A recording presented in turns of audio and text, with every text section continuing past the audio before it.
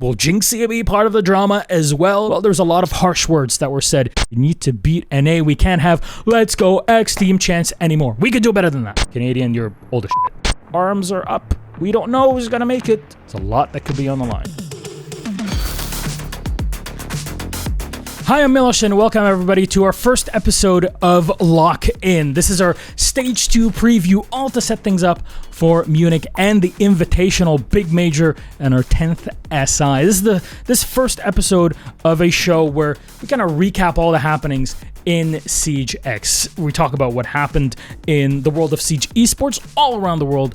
Of course, the drama on and off camera, and of course, the big teams and the players that you should be watching, all from the eyes and ears of the experts and the people that live and breathe Siege every single week on Thursday. We'll talk about this and more, and now it's time to kick things off and set you up correctly with the right tools to explore Stage 2 of this year.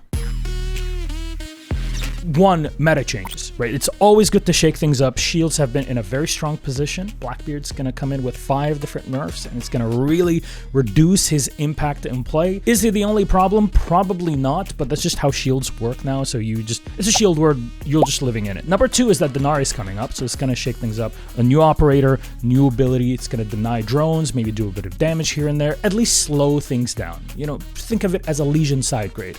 That's how I imagine it. I guess the other two things, if I were to really list them, are pretty close because I like personalities within our esport, and I'd say the kids are all right. We got new talent that is really living up to expectations. Stompin', Noah, they're playing at the top. They're showing us that they have personalities. I've been craving that for so long. They're playing great. They're playing with a team, and they know how to speak to the audience. Hopefully that'll continue. Noah's got Savage. Noah's got the team behind him. Stompin', he has Doki to guide him through it. Thank God it's not Alamau. So it's great. There's Ambi, Ash, and Reaps. There's just so many fresh players that are still coming up. The big one for me, obviously as a big fan of the esport, is that it's a straight dash to the Munich Major. That's the big culmination of Stage 2. It's also a lot of SI points because what happens after the 10th anniversary of 6 Invitational, that'll be in Paris. It's big. It's gonna be the biggest one you've ever seen, that's for sure. And the stakes are super high for this stage. Nobody's realistically qualified to it yet, so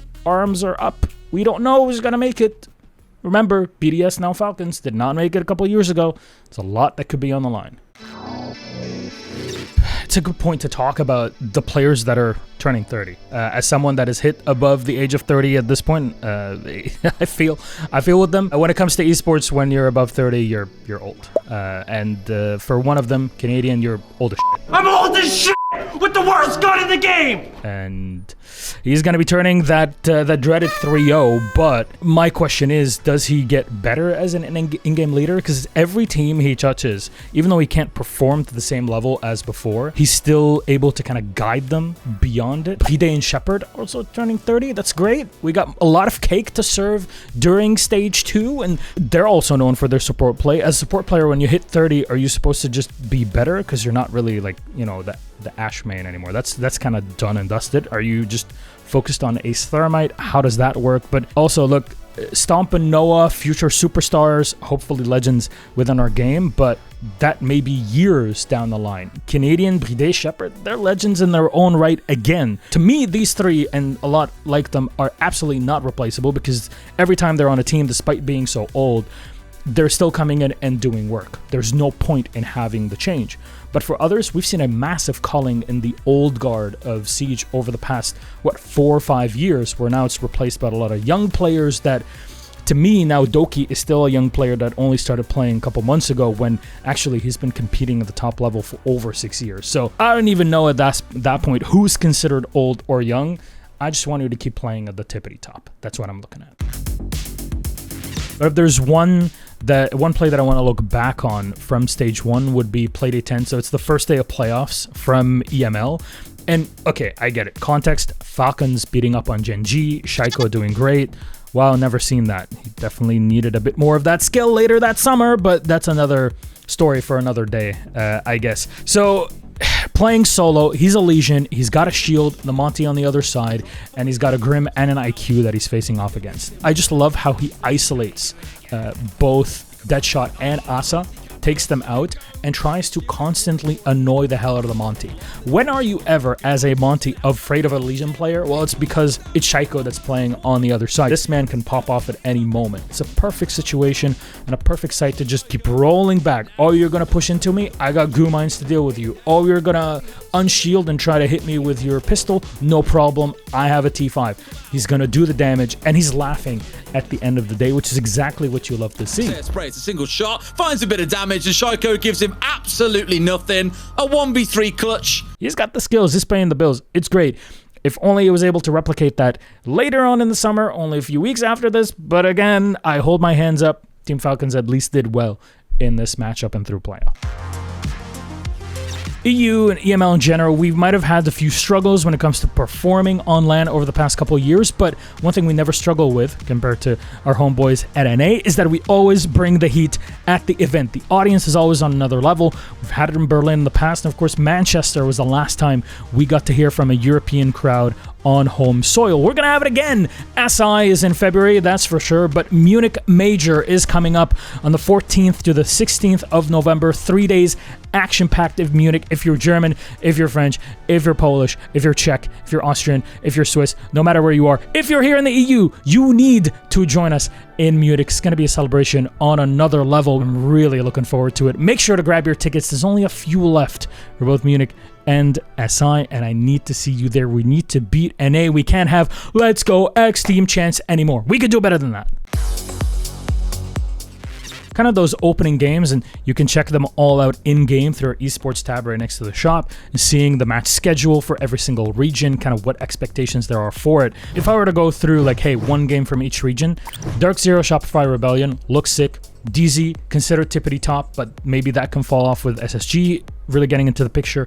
Shopify Rebellion, how does Spoit fare now still with Canadian? They played one major event together. Can they continue that on? Liquid, however, in SAL, they play FaZe Clan, and that's kind of a big dip because Liquid, they announced Dafo on the team now only recently. It seems like the team has been on free fall for the past, well, year and a bit. I'm really curious if they survive through stage 2. Otherwise, SI run is out. You can't rely on last minute pickups. And FaZe Clan, they still look good. They're not performing as well as maybe W7M or Furia, but still they have that top mantle, the crown of SI, plus being technically top of SAL, at least throughout the stage itself. And playoffs, things kind of fall off. And then lastly, my own home base, Secret G2. You got Noah on one side, the new prospect for Secret, led by Savage on the other side, stomping from G2. There's the whole drama that happened, the fallout of EWC. Will Jinxie be part of the drama as well? Because, well, there's a lot of harsh words that were said towards the rest of the squad of G2, despite Stompin playing really well, but then others were not performing at the same level. It's a team game still, Doki behind. So there's just a lot of questions that I want answered, and I think that game is a great start to a stage with a lot of questions still around G2 of, was stage 1 a fluke, EWC, or is there more to it for this G2 squad? I'm so curious about it, and I want to see that Secret G2 really pop off.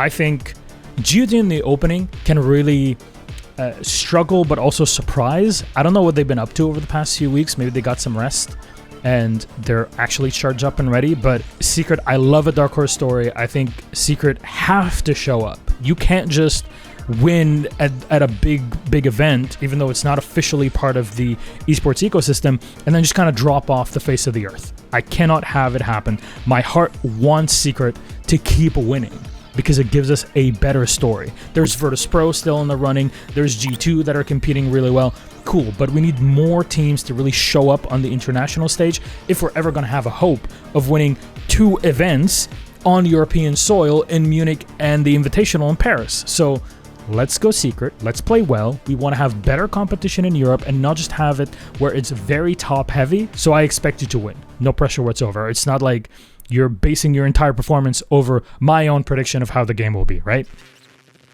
So this is kind of my own preview of how Stage 2 will look like, some of the players and the teams and all that to watch out for. But I want to hear from you because you might have completely different opinions on all of that. What are hot teams, hot players, and all drama that you want to hear more about or that you expect to see over the stage? Maybe your opinions are completely wrong. If anything, I'll be the judge of it. And maybe history will live and tell what's going to happen, because we're going to be back here every single week. Again, your opinion matters, and maybe there are topics that I'd like to discuss on here in the future. Let's hear from you. Again, lock in.